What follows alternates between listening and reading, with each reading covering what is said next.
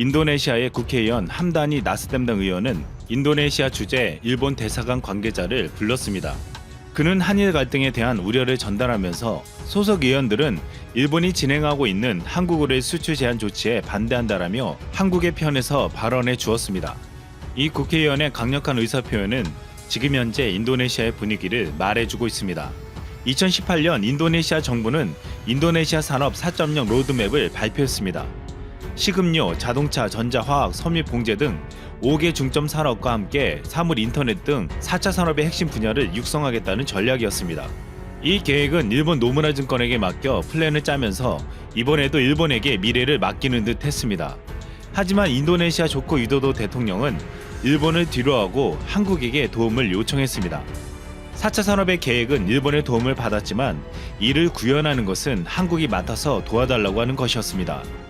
그동안 인도네시아는 산업 전반에서 일본의 텃밭이었습니다. 토요타 등 일본차의 인도네시아 시장 점유율이 97%에 달하고 일본은 싱가포르 다음으로 인도네시아에 많이 투자하는 나라입니다. 인도네시아 대통령이 일본의 영향력에서 벗어나 한국에게 도움을 요청하는 이유가 있었습니다. 인도네시아 정부 관계자는 인도네시아가 제조업을 기반으로 구축해야 하는데 일본은 물건만 팔 뿐 기술 이전에는 소극적이라고 했습니다. 일본은 그동안 물건만 팔아 이득은 취했지만 인도네시아가 스스로 설 수 있는 기술은 전수하지 않았다는 것이었습니다. 인도네시아는 선진 기술을 모방해 압축 성장을 달성한 한국이 오래전부터 선망의 대상이었습니다. 그리고 한국은 일본과 달리 동남아시아 국가들을 도와주고 기술을 이전하는 모습을 보여주었습니다. 결국 조코 위도도 대통령은 인도네시아에서 일본의 아성을 허물고 중국의 공세를 막아줄 역할을 한국에게 요청한 것입니다. 인도네시아는 남중국해에서 영유권 분쟁을 일으키고 있는 중국과는 껄끄러운 관계에 놓여 있기도 합니다. 따라서 인도네시아는 한국과의 관계를 강화시키려고 하고 있습니다. 인도네시아는 엄청난 잠재력이 있는 시장으로 한국에게도 점점 존재감이 커지고 있는 나라입니다. 총 인구가 2억 6천만 명으로 세계 4위의 인구 대국인 인도네시아는 아세안 1위의 소매 유통 시장을 가지고 있고 신흥국 소매 유통 발전 지수에서도 아세안에서 말레이시아, 베트남에 이어 8위를 기록하고 있습니다. 인도네시아는 아세안 국가 중 한국의 2대 교육국이며 자원이 풍부하고 젊은 인구가 많아 성장 잠재력이 큰 시장으로 꼽히고 있습니다. 최근 K-팝과 K-드라마 등 한류에 대한 높은 관심으로 지난 5년간 방한 관광객이 꾸준히 증가하고 있는 동남아시아 지역 중심 관광 시장입니다. 한국은 인도네시아에게 아낌없이 기술을 전수해주고 경제 개발을 도와주고 있습니다. 지난달 수도 자카르타에서 대규모 도심 정전 사태로 혼란을 겪었던 인도네시아는 서울교통공사에 SOS를 보내 도시철도의 정전 사태 예방과 지진 등 자연재해에 따른 한국의 선진 노하우를 배우기도 했습니다. 연평균 최대 13cm씩 가라앉는 인도네시아 수도 자카르타의 수해를 막기 위한 자카르타 대방조제도 한국의 새만금 방조제 기술로 건설하기로 했습니다. 인도네시아는 먼 바다로 나가는 어선을 건조하지 못해 한국의 성동조선해양이 인도네시아의 수리조선소를 짓는 방안을 협의 중입니다.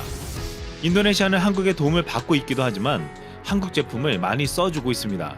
최근 발표한 2018년 인도네시아 100대 브랜드 명단에서 삼성전자는 지난해에 이어 1위 자리를 지켰고 LG전자는 미국 애플을 제치고 지난해 4위에서 한 단계 올라서 3위를 차지했습니다. 인도네시아는 전 세계에서 한국 무기를 가장 많이 수입하는 나라입니다.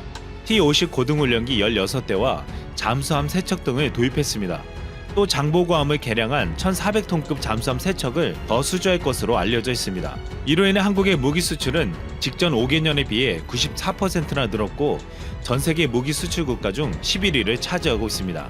인도네시아에서 한국산 김이 점유율을 높이면서 시장 1위를 달리고 있습니다. 최근 한류 열풍으로 K푸드에 대한 관심이 확산하면서 한국산 김에 대한 수요도 덩달아 늘고 있습니다. 한국 김 제품이 일본산의 10배 가깝게 더 많이 팔리고 있어 인도네시아에서는 한국이 김 종주국으로 인식되고 있습니다. 또한 일본차가 점령한 인도네시아 시장에서 한국의 현대차가 도전장을 냈습니다. 현대차는 인도네시아에 올해 말 연간 생산량 25만 대 규모의 완성차 공장 신설을 추진하고 있습니다. 인도네시아 조코이 대통령은 현대차가 인도네시아에서도 적극 투자에 나서 꼭 성공해 달라고 하며 현대차가 인도네시아 토종차의 어머니가 되길 기대한다고 했습니다. 인도네시아는 일본의 그늘에서 벗어나고 힘을 과시하며 나오는 중국을 견제하기 위해 가장 좋은 파트너로 한국을 선택했습니다.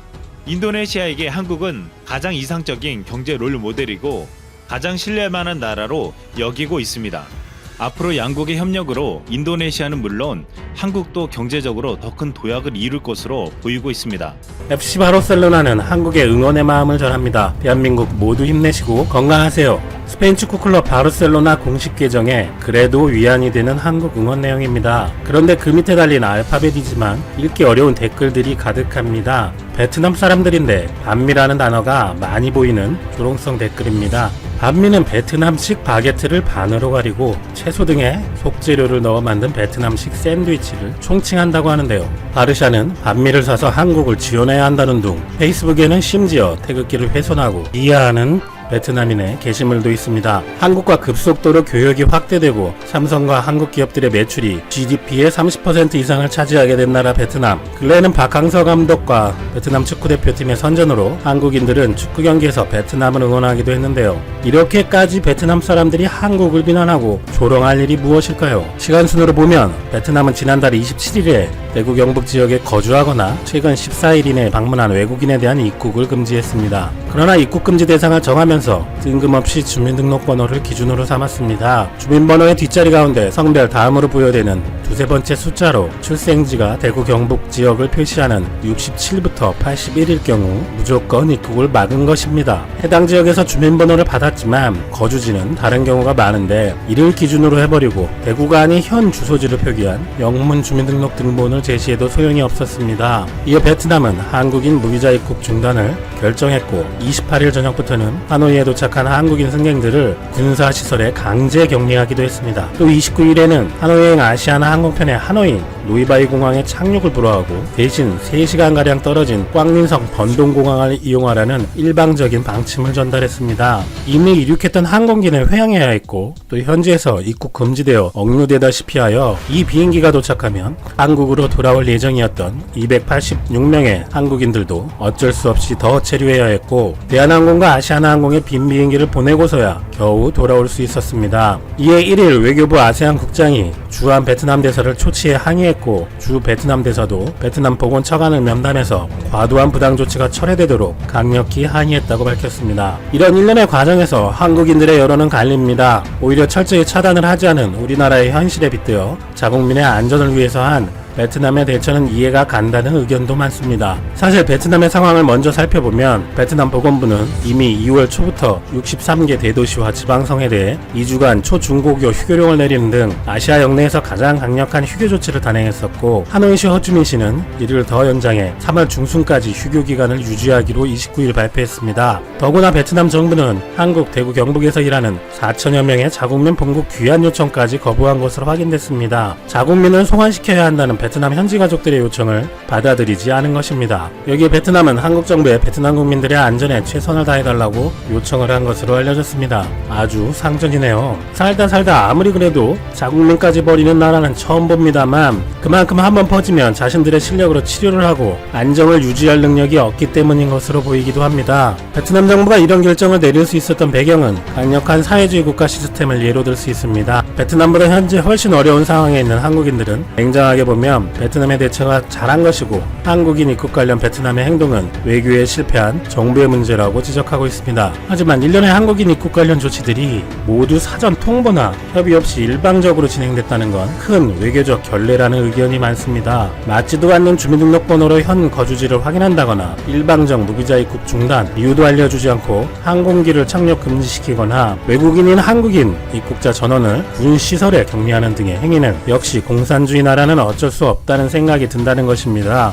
사실 입국 제한을 한다고 해도 대부분의 나라는 언제부터 하겠다고 명확히 발표하고 시행에 들어가며 이스라엘도 사전 공지가 없던 것으로 외교부의 항의로 입국 금지를 취소했다가 다음날 정식으로 발표하고 전 세계로 한국인을 돌려보내고 그 비용은 이스라엘에서 부담했습니다. 그런데 베트남인들이 저렇게 FC 바르셀로나 계정에까지 가서 악플을 올리고 조롱하는 이유도 한국인의 거만함과 한국 언론의 허위 보도 때문이라는 의견도 있는데 어떻게 된 것인지 사실관계를 파악해 보겠습니다. 보겠습니다. 베트남인들은 그들의 세금으로 한국인들을 4성 호텔에 머물게 했으며 반미 말고도 한국보다 좋은 도시락을 제공했다고 하며 한국인들은 하루 종일 먹고 싶어하고 불평을 한다고 비난을 하고 있습니다. 그런데 사실은 아무 설명 없이 여권을 압수당하고 자물쇠로 잠근 병원에서 머물러야 했으며 아침 식사로 반미를 받았습니다. 4성 호텔에 머물지도 않았고 그 도시락도 사실은 한국 영사관과 한인회에서 제공한 것이었습니다. 또 베트남에서 아침밥으로 준 반미는 자기들의 자부심 있는 전통 음식인데 빵 조각이라고 했다는 이유로 가장 화가 난 것 같습니다. 그런데 사실 반미는 자기들도 대충 때우는 거지 정식 아침 식사는 아니고, 만약 우리나라에서도 외국인에게 아침 식사로 샌드위치나 삼각김밥만 몇 개 주면 부실하다는 말은 당연히 나올 것입니다. 아무리 전통에 자부심이 있어도 샌드위치급은 샌드위치급이지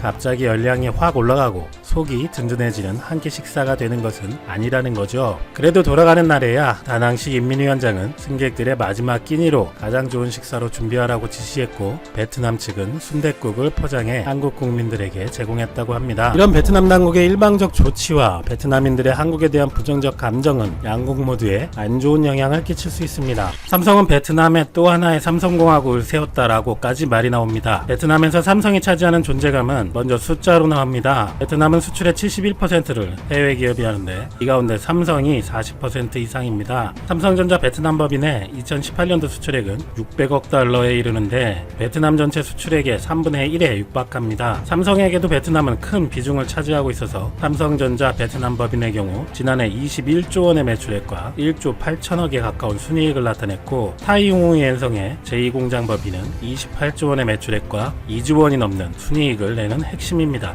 최근에는 중국의 마지막 생산 공장을 폐쇄키로 최종 결정하며 베트남으로 또 한 번 스마트폰 생산 역할에 힘이 실려서 베트남 정부도 많은 지원을 하고 있으며 삼성의 추가 투자를 적극적으로 유치하고 있습니다. 지난해 베트남 총리와 이재용 부회장은 베트남을 세계 최대 생산 전략 기지로 삼기로 논의하고 있었습니다. 삼성전자 베트남 단지가 가동을 멈추면 베트남은 수출의 25%가량을 잃게 됩니다. 삼성전자를 비롯한 대기업부터 중소기업까지 8, 9천 개의 한국 기업이 있고, 또한 한국은 베트남 최대 누적 투자국입니다. 자유무역 협정이 발효한 2015년 이후 교역액이 급증했고, 지난해 한국의 베트남 수출액은 481억 7,800만 달러로 국가 기준으로 중국, 미국에 이어 세 번째로 많습니다. 베트남 관광 산업의 최대 고객도 한국입니다. 2018년 기준 아세안 관광 순위는 태국, 말레이시아, 베트남 순이었는데 대부분 아세안 국가에서 관광 산업은 가장 중요한 외화 수입원인데 베트남은 관광객 증가가 가장 두드러지며 2018년 1,549만 명이 방문해 전년 대비 무려 20%가 증가했습니다. 이 기간 중국 관광객은 23% 늘었지만 한국인 관광객은 44%나 급증하면서 가장 큰 기여를 했습니다. 우리 기업들이 타격을 받을 수 있다는 우려도 나오는데 베트남 생산기지에 본사 인력을 파견할 길이 막혀